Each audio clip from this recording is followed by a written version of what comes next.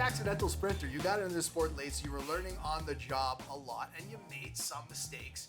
And you told those mistakes and kind of put them into lessons as to what not to do if you have somebody in your shoes. Yeah, no, exactly. You hit it right on the head. I mean, I kind of got into this accidentally. I guess it's like when the opportunity presented itself, and I was like, you know, let's do it. You know, I bumped into my first coach, Tony Sharp, from the 1980s, and he told me I had a gift to do this sport and I should take it very seriously. And at the time, as a 16, 17-year-old kid, you're like, I don't know about that. That's not my lane. But you know, the opportunity presented itself, and I just wanted to let people know that, hey, when an opportunity comes up, you know, you should take it while you can. So that's something that I've been just trying to figure out, and I just wanted to let people know as I, you know, dive deeper into my career and things like that. Yeah.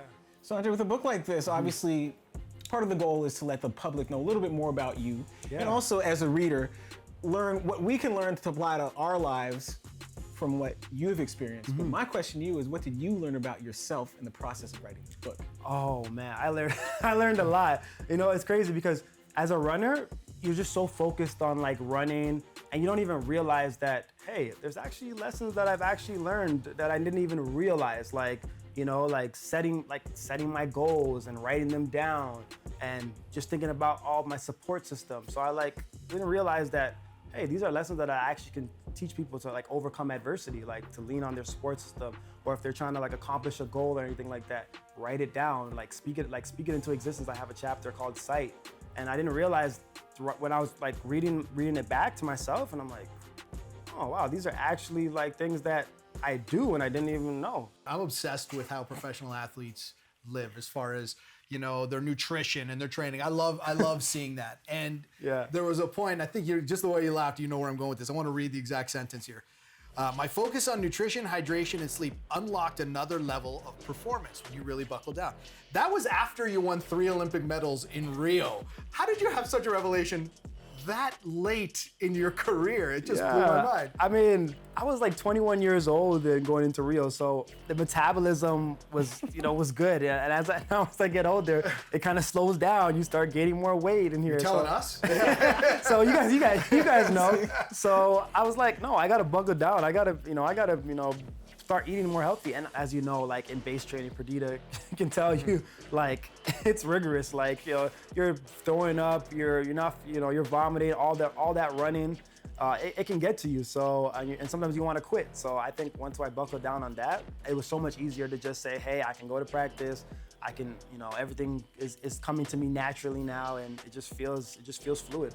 Who knew that eating well, drinking water, and getting a lot of sleep would help a pro athlete? I was going to ask Rob, what is your nutrition, hydration, and sleep situation? Well. It's not good. It's not good. In one of the later chapters, the opening sentence is, I can't run forever. And you also say a few times in the book, you know, every year of training gets harder than the last. I'm not putting you out to pasture just yet, I promise.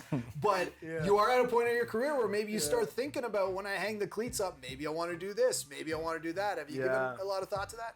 I've jumped around so many different things. I mean, I've writing a book. I'm doing a venture fund now. I was like, maybe want to be an agent when I'm done. I like acting. I tried some acting a couple years ago after the Olympics. So, I mean, I just want to dip my hands into anything that I'm passionate about and just see what kind of intrigues me and interests me. And I'll go from there. But as for now, I'm gonna stick to the day job, 6 days a week, and keep going and just see how far this thing could take me. Like I said, we're not putting you out to pasture just yet. The book is Ignite, Unlock the Hidden Potential Within, with Andre de Grasse. Thanks so much for doing this. Yeah, thanks for having me, man. Okay, that's the end of the video, but you're not at the finish line yet because we've got plenty more content. And if you want to see it, subscribe to the channel and just look at all the videos you can watch. Morgan and myself, talking track.